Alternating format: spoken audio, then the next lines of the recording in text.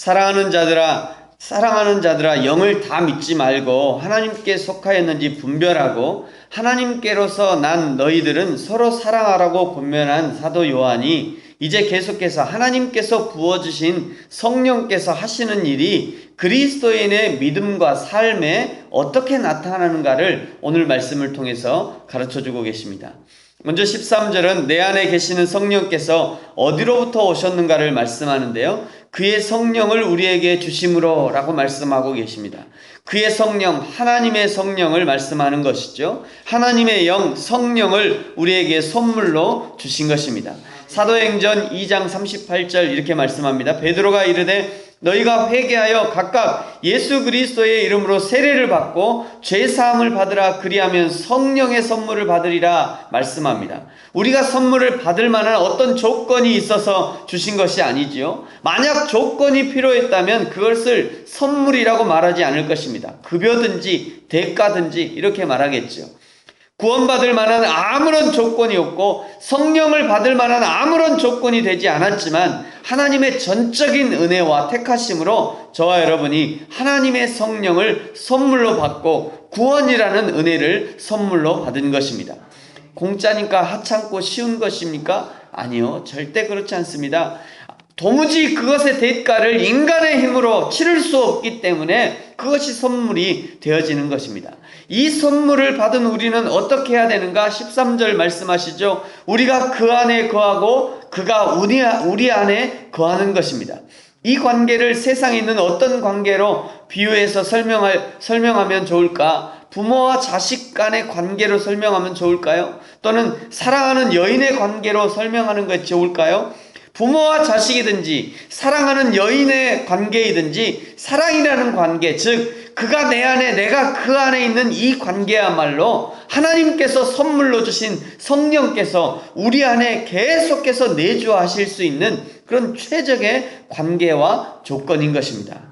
사랑하는 성도 여러분, 하나님을 뜨겁게 사랑하십시오. 내 안에 성령께서 그 사랑의 힘으로 마음껏 일하시고 역사하실 수 있도록 하나님을 뜨겁게 사랑하시기를 축복합니다. 사랑할수록 가까워지는 것이고요. 하나님을 사랑할수록 내 안에 계신 성령께서 더 친밀하게 우리 가운데 역사하시는 것입니다. 14절 말씀하십니다. 성령을 통해 하나님의 아들 예수 그리스도를 세상의 구주로 보내신 것을 우리가 또 사도들과 믿는 자들을 의미하는 것이죠. 여기도 우리라는 것은 사도들과 믿는 자들을 의미하는 것입니다. 우리가 보았다고 말씀하고 있죠. 그리고 증언한다고 말씀합니다. 사도행전 1장 18절 오직 성령이 너희에게 임하시면 너희가 권능을 받고 예루살렘과 온 유대와 사마리아와 땅끝까지 이르러 내 증인이 되리라 말씀하셨습니다. 말씀하신 대로 마가의 다락방에서 성령의 임하심을 기다렸고 마침내 불의 혀 같은 성령께서 각 사람의 머리 위에 임하셨고 그 이후에는 목숨을 걸고 예수 그리스도의 주 되심을 증거했습니다. 이 성령 충만 사건 이후에 대부분의 사도들이 순교하게 되었습니다. 야고보는 돌에 맞아 죽었고요. 빌립은 채찍에 맞아서 십자가에 매달렸고 마태는 이디오피아에서 살해를 당했고요. 작은 야고보는 돌에 맞아 죽었고 마띠아는 참수를 당했고 안드레는 십자가에 달렸고 마가는 알렉산드리에서 순교를 당했고 베드로는 십자가에 거꾸로 매달렸고 오직 사도 요한만이 요한계시록을 쓰고 나이가 들어서 자연사한 것으로 알려져 있습니다. 그리스도인은 내 안에 계신 성령, 우리의 구원자 되시는 예수 그리스도를 분명하게 드러낼 수 있어야 되는 것이죠. 공동체 안에서는 사랑으로 간증하면서 드러내는 것이고요. 그리고 세상을 향해서는 담대하게 선포해야 되는 것입니다. 사랑하는 성도 여러분, 내 안에 계신 성령께서 오늘 어떻게 성령 하나님을 드러내기 원하시는지 묵상하시면서 기도하시면서 하나님 내가 언제 어디서 어떻게 하나님을 드러내기 원하십니까? 계속해서 물으시면서 기회가 있을 때마다 성령 하나님을 드러내시기를 축복합니다. 어제도 저희가 뻥튀기를 이렇게 튀겼는데요. 좀 이따 이제 가실 때 꼭 가져가십시오. 먼저 여러분이 드십시오. 맛있게 드시고요. 그리고 우리 가족들에게, 이웃에게, 또 내가 만나는 사람들에게 우리 교회는 소개하지 않으셔도 됩니다. 여러분의 교회를 소개하시고 또 예수님을 소개하시고 예수님이 이만큼 사랑하신다고 이렇게 말해주시고 그것을 위해서 뻥튀기를 튀기는 것이죠. 여러분 이따 가져가실 때 꼭 몇 개씩 가져가십시오. 그래서 예수님을 드러내십시오. 내 안에 예수님이 이렇게 여러분 당신을 사랑하십니다. 이렇게 얘기해 주십시오.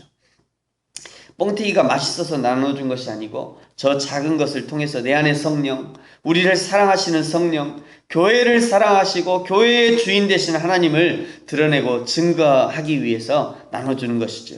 여러분은 어떻게 내 안에 계신 성령님을 나타내고 계십니까? 행함과 진실한 사랑으로 나타내시기를 축복합니다. 18절에 보시면요, 사랑 안에 두려움이 없고 온전한 사랑이 두려움을 내쫓는다 말씀합니다. 우리 18절 같이 한번 읽겠습니다. 시작. 사랑 안에 두려움이 없고 온전한 사랑이 두려움을 내쫓나니 두려움에는 형벌이 있음이라. 두려워하는 자는 사랑 안에서 온전히 이루지 못하였느니라. 아멘. 여기 두려움이라는 것은요, 노예들이 갖는 두려움을 의미합니다. 노예들이 어떤 두려움이 있을까요? 언제 저 주인의 눈에 벗어나서 언제 제거될지 모르는 그런 두려움이 있는 거죠. 언제 주인의 마음이 휘가닥 바뀌어가지고 우리를 다 이렇게 다른 데로 팔아버릴지, 또 다른 데로 이렇게 보내버릴지 모르는 그런 두려움이 있는 것입니다. 이러한 두려움은 사랑이라는 것과 함께 공존할 수 없는 것이죠. 만약 우리가 하나님의 사랑 안에 거하며 그 사랑을 소유하고 있다면 앞에서 말씀하신 것처럼 하나님께서 심판하시는 그 마지막 날에 하나님 앞에서 전혀 두려움 없이 담대해질 수 있는 것입니다. 죄는 두려움을 유발시키지만 사랑은 하나님 앞에서 담대함을 갖게 하는 것입니다. 우리가 이 담대함을 가지고 사랑할 수 있는 이유가 무엇입니까? 19절 말씀합니다. 그가 먼저 우리를 사랑하셨기 때문이다 라고 말씀하시죠. 하나님께서 우리를 사랑하기 위해서 독생자 예수 그리스도를 이 땅에 보내셨고 독생자 예수 그리스도를 십자가에 못 박히게 하셨으며 돌아가시는 그 마지막 순간, 지금까지 단 한 번도 그래 본 적이 없으셨지만 그 마지막 순간에 하나님마저도 그 아들에게서 눈을 돌리시면서 철저하게 죄의 값을 치르게 하셨고, 그리고 지옥의 가장 밑바닥까지 내려가셨으며 3일 후에 그 모든 사단의 권세를 깨뜨리고 부활하신 것입니다. 왜 이 모든 것을 하셨습니까? 이것이 하나님이 우리를 사랑하시는 방법이기 때문입니다. 이것은 또한 우리가 하나님을 사랑하는 방법을 먼저 보여주신 것이라고 할 수 있습니다. 그래서 예수님은 우리가 하나님을 사랑하기 위해서 어떻게 해야 되는가? 마태복음 16장 24절, 이에 예수께서 제자들에게 이르시되 누구든지 나를 따라오려거든, 나를 사랑하려거든, 이런 의미죠. 누구든지 나를 사랑하려거든 자기를 부인하고 자기 십자가를 지고 나를 따를 것이니라 말씀하셨습니다. 여기 이 십자가는 예수님이 지신 십자가를 의미하는 것이에요. 예수님과 다른 십자가를 얘기하는 것이 아닙니다. 예수님이 지셨던 그 십자가, 그것이 너에게도 있는데 너에게 있는 그 십자가를 나를 지고 따르라, 이런 의미인 것입니다. 사도 바울도 이 비밀을 알고 있었기 때문에 갈라디아서 2장 20절에 말씀하신 것이죠. 내가 그리스도와 함께 십자가에 못 박혔나니 그런즉 이제는 내가 사는 것이 아니요 오직 내 안에 그리스도께서 사시는 것이라.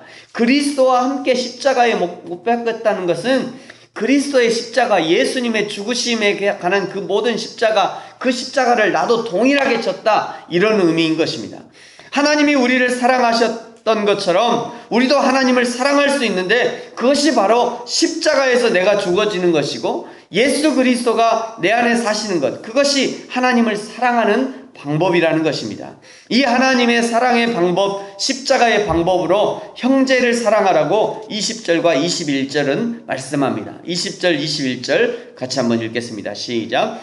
누구든지 하나님을 사랑하노라 하고 그 형제를 미워하면 이는 거짓말하는 자니 보는 바 그 형제를 사랑하지 아니하는 자는 보지 못하는 바 하나님을 사랑할 수.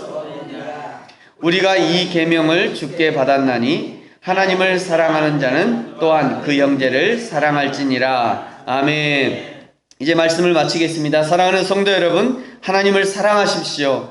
하나님께서 선물로 주신 성령께서 내 안에서 마음껏 역사하시도록 마음껏 나를 내어드리십시오. 무엇보다도 형제를 뜨겁게 사랑하십시오. 어떻게 사랑을 실천해야 하는지 예수님께서 십자가를 통해 우리에게 먼저 본을 보여주셨습니다. 낮아짐으로 사랑하고, 자원함으로 사랑하고, 섬김으로 사랑하고, 형제의 필요를 채워줌으로 사랑하고, 돌아봄으로 사랑하고, 이 모든 것을 주님이 먼저 우리에게 베풀어 주셨으니 주님께로부터 받은 것으로 우리도 사랑을 실천해야 되는 것입니다. 그러나 내 힘으로 사랑할 수 없습니다. 내 안에 역사하시는 성령께서 하시도록 나를 날마다 비워드려야 가능한 것입니다. 날마다 나를 내어드림으로 성령 하나님께서 나를 통하여 마음껏 역사하시기를 예수님의 이름으로 축복합니다. 기도하겠습니다.